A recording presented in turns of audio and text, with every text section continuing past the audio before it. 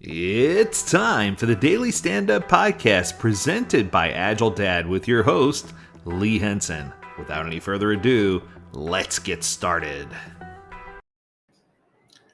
How can I be a leader that makes things happen?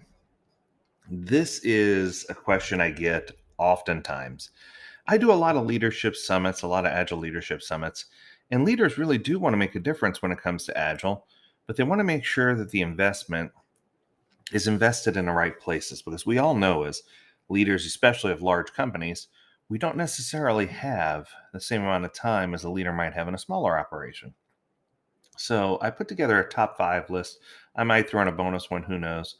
But we want to make sure that we give you the top 5 things that a leader can do to help their organization really get the most out of Agile. Coming in right at the top is really have passion around your vision and strategy. Make sure everyone knows as a corporation or as a business what direction you're trying to go and how you see your products or services transforming and causing impact to the consumers who use them. I think more often than not, we see vision statements, we see high level things, but we don't necessarily see it in a very visible or exciting way. We want to have statements for the team that show that you truly believe that your product or service can change the world, that it can really impact people, and that your organization's products or services are by far just the best that are available. There's nothing else out there. There's no reason for anyone to even consider a different product or service because what you have is absolutely by far and away the best thing that anyone could ever ask for. And you want to make sure you're passionate about that and that everyone can see that you're engaged in that passion. And whether it's challenging people on the teams as you walk by during the day to cite back to you the vision statement for your company, or there's lots of creative ways to do this. I think the key is to make sure that we let everyone else know just how important this vision and strategy is to us. Okay, number 2, this one might sound silly, but be prepared. Okay, let's face reality. We all know that it's nearly impossible to predict the future, right? Especially without a clear vision and intent, like we were talking about before. However, I feel like sometimes, and it sounds scary, that leaders are not prepared for what agile and change management really are. They don't necessarily understand or have their head around what are the implications of agile. They don't realize that you're going to have to slow down before you speed up. Many times they don't realize that it changes your funding model. Many times they don't realize that it means that you're going to be limiting work in progress and only doing a smaller number of items. And you're still going to complete the same amount. It's just your teams and your organization are going to start learning how to finish things instead of learning how to start multiple new things as trials to see what will work. You're actually going to finish things faster and get results faster, and it's going to allow you or give you the ability to say no quicker to the ideas that are just bad ideas, right? Okay, coming in at number 3. Make sure the team and your stakeholders understand your methods of communication. I know that sounds silly, but the way you talk to your consumers is different than the way that you talk to your teams, is different than the way that you talk to the internal leadership within your organization. I also think when you pass down the message about Agile and why change is important to the organization, that you need to have a good communication path of how that message is going to be disseminated to the organization. There are often times where leadership will throw things out on a wiki page or send out a statement or whatever the case may be. And it's just not easy to get your head around exactly what these leaders are thinking and why they chose to do the things they did. So I think for me, you want people to have multiple ways to hear the same clear message, whether it's simple roundtable luncheons or a town hall or one-on-ones with your senior leadership or company bulletin. However you're doing it, you want to make sure you're consistent, and you want to make sure that the channels of communication are all on point and they're directed, and they really do help us understand what the Agile mission is and why we're doing Agile and why is it important to you. Okay, coming in next, number 4.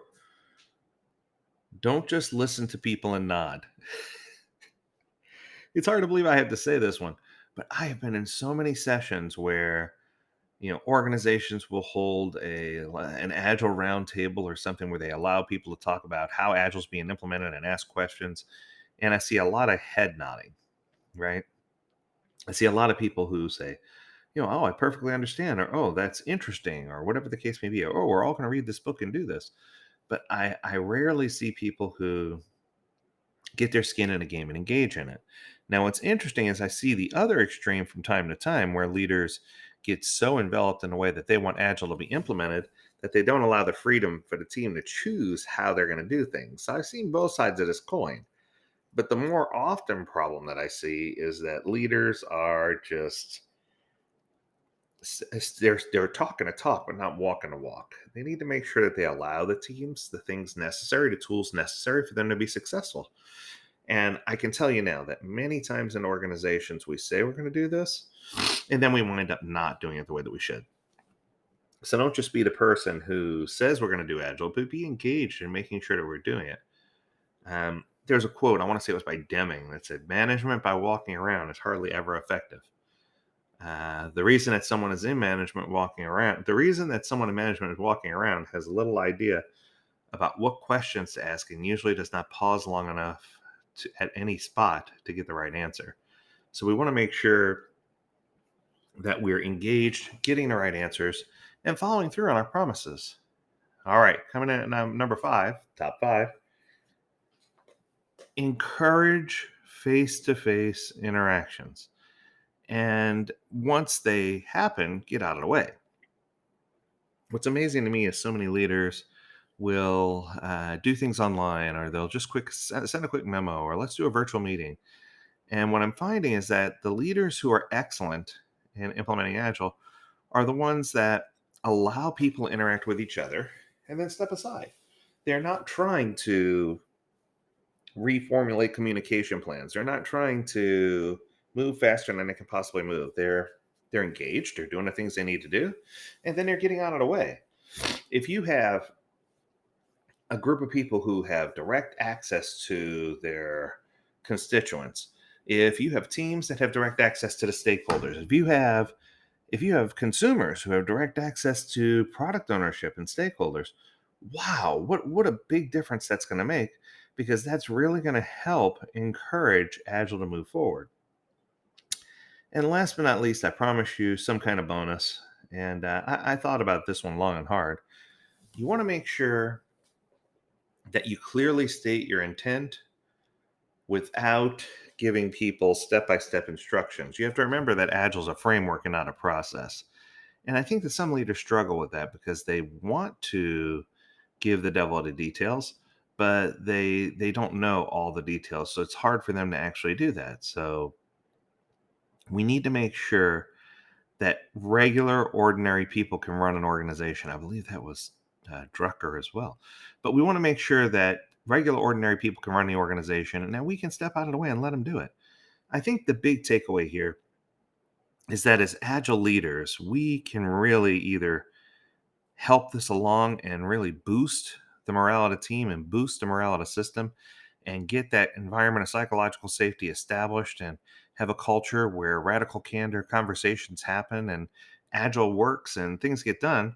Or we can be that leader that takes a back seat and says, do the Agile, and let's just see how it goes. And what I'm telling you is those leaders are never quite successful. So there you have it. Lots of good information about leadership and Agile. I hope that you enjoyed this episode.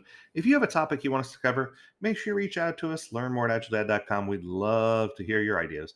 And as always, we encourage you to stay healthy, stay well, and stay agile, my friends. Until next time, do take care.